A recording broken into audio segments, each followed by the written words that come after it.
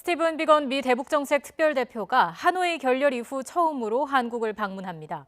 최근 북한의 무력 시위에 대한 대응책을 비롯해 대북 식량 지원 문제 등을 협의할 것으로 보입니다. 취재기자 연결합니다. 한현희 기자. 네, 외교부입니다. 네, 비건 대표 오늘 저녁에 입국한다고 하죠. 네, 그런 것으로 알려졌습니다.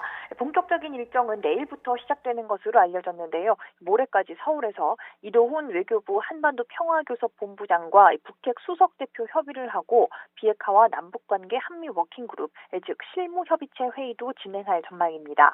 한미 워킹그룹 회의가 열리는 것은 지난 3월 14일 워싱턴 회의 이후 약 2달 만이고 비건 대표가 방한하는 것은 결렬로 끝난 2차 북미 정상회담 이후 처음입니다.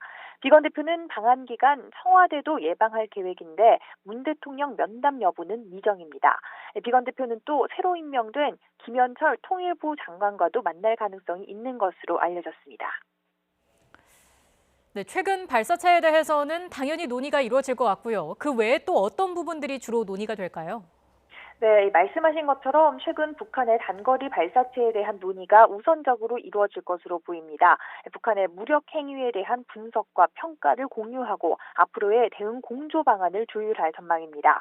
이와 더불어 워킹그룹에서 대북 인도적 지원과 관련한 논의도 진행될 전망입니다. 어제 트럼프 대통령이 문재인 대통령과의 전화통화에서 한국이 인도적 차원에서 북한에 식량을 제공하는 것이 시의적절하고 또 긍정적인 조치가 될 것이라며 지지한 상황인 만큼 관련 논의가 주목되고 있습니다.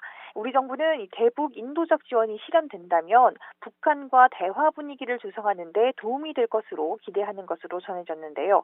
다만 북한의 단거리 발사체 발사로 여론이 좋지 않은 만큼 이번에 논의 결과가 나올지는 불투명하다는 관측도 있습니다.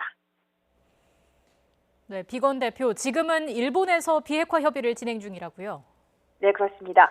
비건 대표는 우리나라를 방문하기에 앞서 어제부터 일본에서 비핵화를 위한 공조 방안 등을 논의하고 있습니다. NHK는 비건 대표가 최근 북한의 발사체 발사에 대해 미국으로서는 초조함의 표출로 보고 있다고 말했다고 전했습니다. 어제 오후 도쿄에 있는 자민당 본부에서 이같이 말했다는 건데요.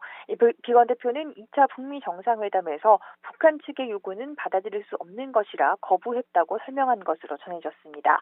비건 대표는 오늘은 일본 측 북핵 수석 대표인 가나스기 겐지 외무성 아시아 대응조 국장과 만나 향후 대응을 협의하고 우리나라로 출발할 예정입니다.